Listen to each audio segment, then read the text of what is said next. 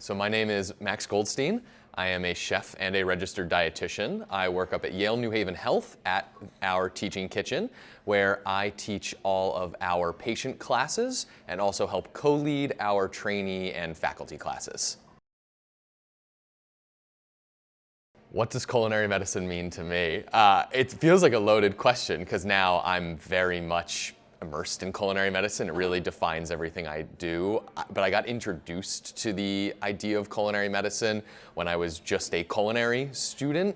And I came down and interned at the Goldstein Center at their teaching kitchen. And that was my first introduction to what is this field of culinary medicine and what does it mean to get hands-on with people and not only share with them something that I'm really passionate about, which is food, but then also help really inform people that that food can be very both proactive for their health and very healing as well.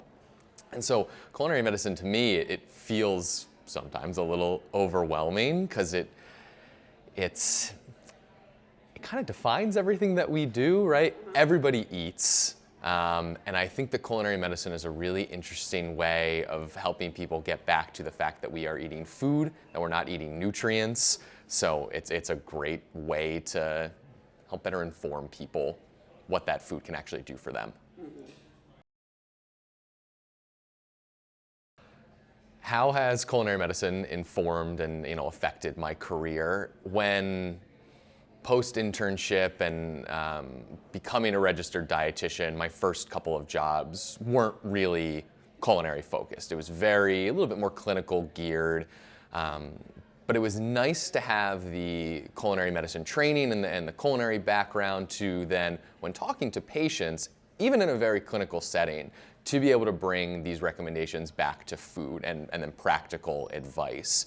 And then to have met people within the culinary medicine space and keeping in touch with them and seeing what they were doing on social media and via newsletters, to then, when a culinary medicine career opportunity opened up near me, to be able to hear about that. I mean, this is a very tight-knit community of providers. It's not the biggest field, but everyone who's in this field is very passionate and we're very open to sharing ideas. So when an opportunity opened up, I had people telling me, hey, this is something that I think you would be really great at, and that's what led me up to Yale New Haven Health and the teaching kitchen there.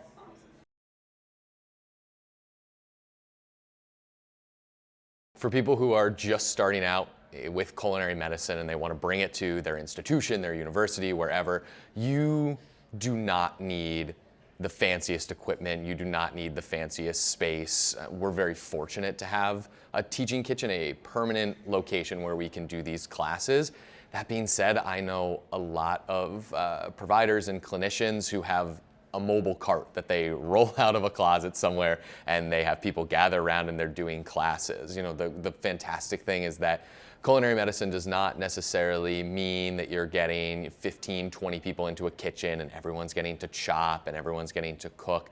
You can do these fantastic experiences with demonstrations. You can do a lot of effective learning even over a Zoom call. So you could have everyone log in on a Saturday morning and do a cooking class, and you're sharing advice, and if you have an instructor who's comfortable enough, they can lead these really informative conversations, even in an environment where people aren't physically in the same room.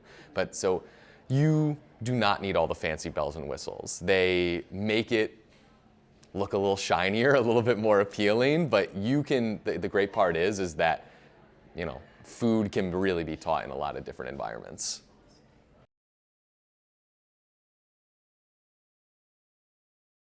So what would I say to chefs who feel that making food healthy isn't their responsibility? They're there to make the food taste good. To that I would say is that those do not need to be mutually exclusive. I think when we are talking about cooking and eating for our health, where the perspectives is that we need to eliminate salt and we need to avoid all forms of bad fat, and we have to use all bland ingredients. And that is what I really love about so many of the culinary medicine providers that I know and that I work with, and the way that I've integrated it into my own personal teaching is that if the food doesn't taste good, then it doesn't actually matter how healthy it is. Like, what's the point if the food isn't actually going to be palatable? And so to chefs who want to make their food, again, this nebulous healthy term, it doesn't mean sacrificing on all these beautiful flavors and techniques that have been used, for hundreds and thousands of years. You can still use incredibly high quality ingredients. You can use high quality fats. You can cook with salt. Sodium is an essential nutrient. It doesn't mean a heart healthy diet does not necessarily mean a diet that completely eliminates salt.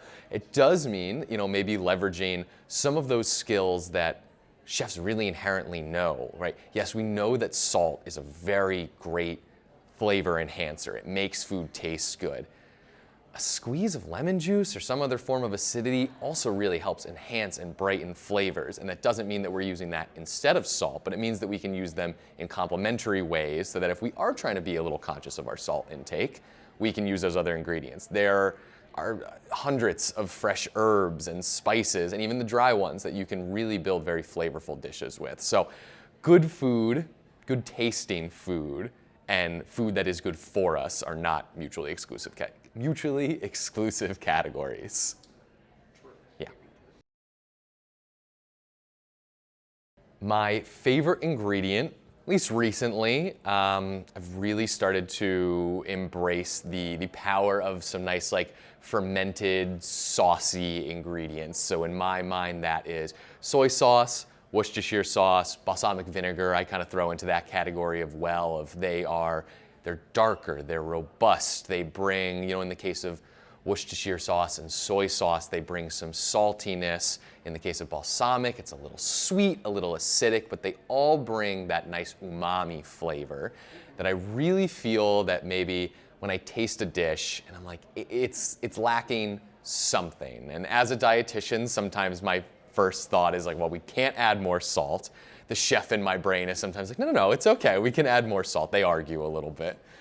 And while I will certainly reach for something like salt or, again, a squeeze of lemon juice, maybe very often if something is already in a bit of a saucy consistency or it's a soup or a stew or something, that little splash of a Worcestershire sauce or a soy sauce, or if it's appropriate, that balsamic vinegar, really helps deepen that flavor. Again, the fermentedness, the agedness of the ingredients.